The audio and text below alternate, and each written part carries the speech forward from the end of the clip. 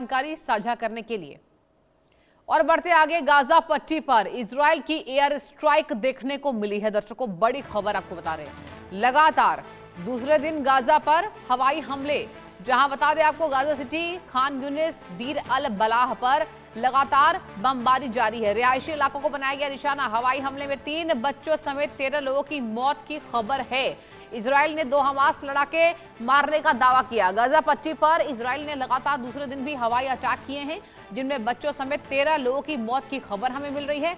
फलस्तीनी अधिकारियों के मुताबिक हमले गाजा सिटी, खान यूनिस और दीर अल बलाह के रिहायशी इलाकों में किए गए हैं। गाजा की सिविल डिफेंस अथॉरिटी ने बताया कि इजरायली सैन्य विमानों ने कई आवासीय क्षेत्रों को निशाना बनाया है। वहीं इजरायली सेना ने कहा कि कार्रवाई का उद्देश्य गाजा में सक्रिय सैन्य ठिकाना और हमास के लड़ाकों को निशाना बनाना था। सेना के मुताबिक इन हमलों में हमास के 2 लड़ाके मारे गए थे। ये हमला ऐसे समय में हुआ जब कुछ दिन पहले हमास ने हथियार छोड़ने की योजना को स्वीकार किया था।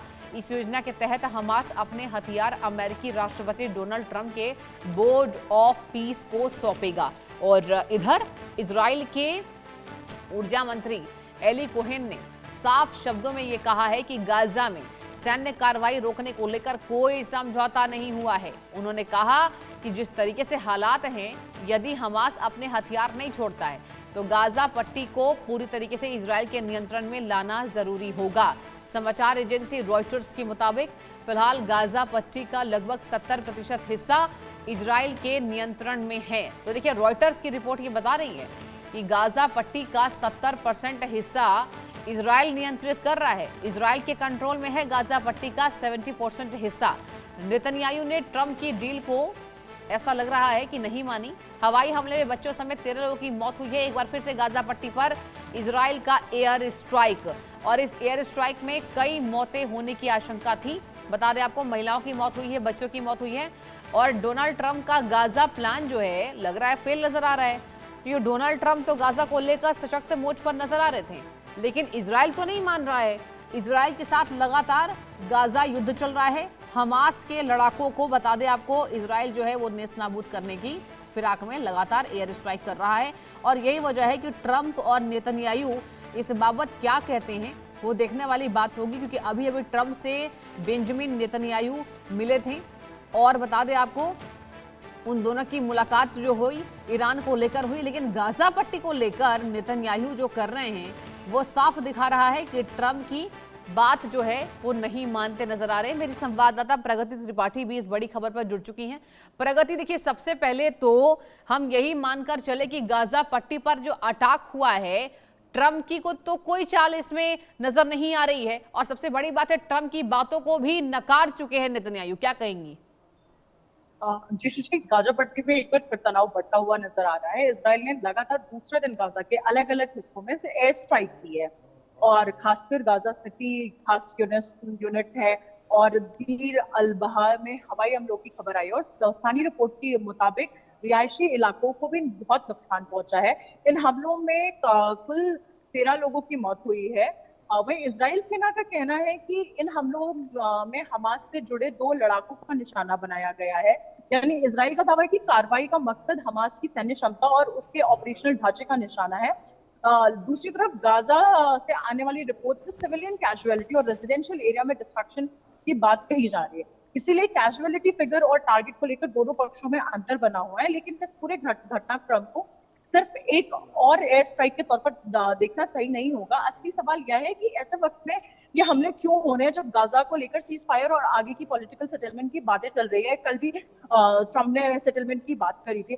पिछले कुछ समय में जो सबसे बड़ा मुद्दा रहा है कि सीज फायर के बाद आगे क्या होगा। क्या हमास हथियार छोड़ देगा, या क्या इजराइल गाजा में अपनी मिलिट्री प्रेजेंस कम करेगा, या गाजा की सिक्योरिटी कौन संभालेगा। और सबसे इम्पोर्टेंट है कि क्या फाइटिंग को वास्तव में स्थायी रूप से रोका जाएगा या नहीं रोका जाएगा। यही वजह है कि नए हमलों का सबसे बड़ा असर डिप्लोमेटिक प्रोसेस पर पड़ रहा है।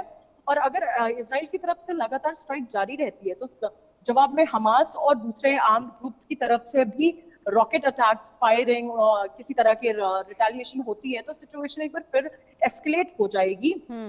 और यहाँ पे जो बहुत इंपॉर्टेंट चीज है, नोट करने की, वो ये है कि गाजा में हर नया मिलिट्री एस्केलेशन सिर्फ गाजा तक सीमित नहीं रहता है, इसका असर इसराइल के आसपास के पूरे रीजन पर पड़ता है। लेबनान में हिजबुल्लाह, यमन में हूती मूवमेंट और दूसरे ईरान अलाइंड ग्रुप्स को भी गतिविधियों पर उनकी नजर होती है। हालांकि अभी ये कहना बहुत ही थोड़ा सा जल्दी हो जाएगा कि फुल स्केल रीजनल वॉर की स्थिति बनने जा रही है, लेकिन रिस्क जरूर बढ़ जाता है, क्योंकि जैसे जैसे सिविलियन कैजुअलिटी बढ़ती है सृष्टि, वैसे वैसे पॉलिटिकल प्रेशर भी बढ़ता है और आर्म्ड ग्रुप के लिए रिटेलिएशन का प्रेशर भी और ज्यादा बढ़ जाता है। और दूसरी तरफ इसराइल के लिए भी कैलकुलेशन बहुत साफ है। बिल्कुल। इसराइल लगातार ये कहता रहा है कि हमास की मिलिट्री कैपेबिलिटी को खत्म किए बिना लॉन्ग टर्म सिक्योरिटी गारंटी संभव नहीं है। इसीलिए अगर उसे लगता है कि हमास फिर से रीग्रुप कर रहा है और उसके खिलाफ अटैक प्लान किया जा रहा है, तो मिलिट्री एक्शन की संभावना बनी रही।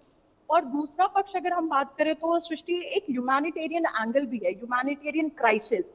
गाजा पहले ही बाहरी जितनी है जो भारी से बहुत ही ज्यादा तबाही झेल चुका है, बिल्कुल। बड़ी संख्या में जो लोग हैं वो डिस्प्लेस्ड हो चुके हैं, इंफ्रास्ट्रक्चर बुरी तरीके से डैमेज है और लगातार अटैक से हॉस्पिटल और एयर जो एड ऑपरेशंस है और जो सिविलियंस लाइफ है उन पर बहुत ज्यादा दबाव पड़ता है। ऐसे में अगर एयर स्ट्राइक का सिलसिला बढ़ता है, ह्यूमैनिटेरियन सिचुएशन और ज्यादा खराब हो जाएगी।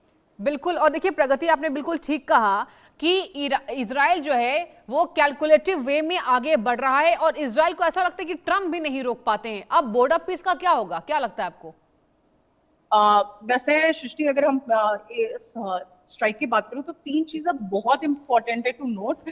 पहली कि इसराइल में जो आगे आने वाली एयर स्ट्राइक्स हैं उनकी इंटेंसिटी बढ़ाएगा या लिमिटेड ऑपरेशन तक ही रहती है, तो मतलब ये चीजें बहुत ज्यादा इफेक्ट करने वाली। दूसरी, हमास की तरफ से कोई मिलिट्री रिटेलिएशन होती है, अगर रॉकेट फायर है या कोई बड़ा हमला है, ये तो इसराइल की तरफ से जवाब और ज्यादा बड़ा हो सकता है। और तीसरा, मीडिएट जो आपने अभी बात करी ट्रम्प की, कि मीडिएटर्स इस एस्केलेशन को रोकने में कामयाब होते हैं, क्योंकि अभी तक मिलिट्री एक्शंस और डिप्लोमेटिक नेगोशिएशन दोनों तरफ से पैरेलल चल रहे थे। अगर स्ट्राइक्स जारी रहती है तो बातचीत पटरी से उतरती है, तो सीज फायर फ्रेमवर्क पर बड़ा सवाल खड़ा हो सकता है। लेकिन अगर मीडिएटर्स दोनों पक्षों को रिस्ट्रेन के लिए तैयार कर लेते तो यह एस्केलेशन एक टेम्पररी फेज तक ही सीमित रहेगा। इसीलिए फिलहाल सबसे बड़ा खतरा यही है कि इस एयर स्ट्राइक के जवाब में दूसरी एयर स्ट्राइक ना हो, तो फिर रिटेलिएशन होएगा और फिर रिटेलिएशन को जवाब दिया जाएगा। अगर यही साइकिल शुरू हुआ तो तनाव ज्यादा बढ़ेगा और आने वाले जो 24 से 72 घंटे बहुत ज्यादा अहम होंगे सृष्टि, क्योंकि यहाँ पे हम ट्रम्प का बयान भी नोट करेंगे, क्योंकि इसी दौरान पता चलेगा कि ये सिर्फ जो वॉर है ये सिर्फ सीमित सैन्य कार्रवाई है या गाजा के लिए एक नया एस्केलेशन है। बिल्कुल। और प्रगति, देखिए कहीं ना कहीं मासूम बच्चे और महिलाएं जो है वो शिकार हो रही हैं जिस तरीके से लगातार एयर स्ट्राइक की जा रही है। देखिए ज्यादा जो मौतों का आंकड़ा है ना प्रगति, वो महिलाओं का सामने आ रहा है, बच्चों का सामने आ रहा है। जी सृष्टि, गाजा ने पहले भी कहा है कि इसराइल हमारे सिविलियंस पर अटैक कर रहा है, तो उससे प्रॉब्लम ये हो रही है कि जो लड़ाके हैं वो तो फील्ड्स में हैं, तो उनमें कोई अटैक हो नहीं। अगर सिविलियन बिल्डिंग पे अटैक होता है तो जो बड़े लोग हैं, जो लाइक अडल्ट्स हैं, लाइक ओल्ड एज पीपल, या जो आपकी महिलाएं हैं, जो बच्चे हैं, वही भी स्थापित होते हैं, क्योंकि इंफ्रास्ट्रक्चर उससे डैमेज होता है। और इंफ्रास्ट्रक्चर ठीक है प्रगति, आप नजर बना के रखिए। बहुत बहुत शुक्रिया आपका तमाम जानकारी साझा करने के लिए। यहाँ रुकते एक छोटे से ब्रेक के लिए, जल्द हाजिर होंगे। आप देखते रहिए इंडिया न्यूज।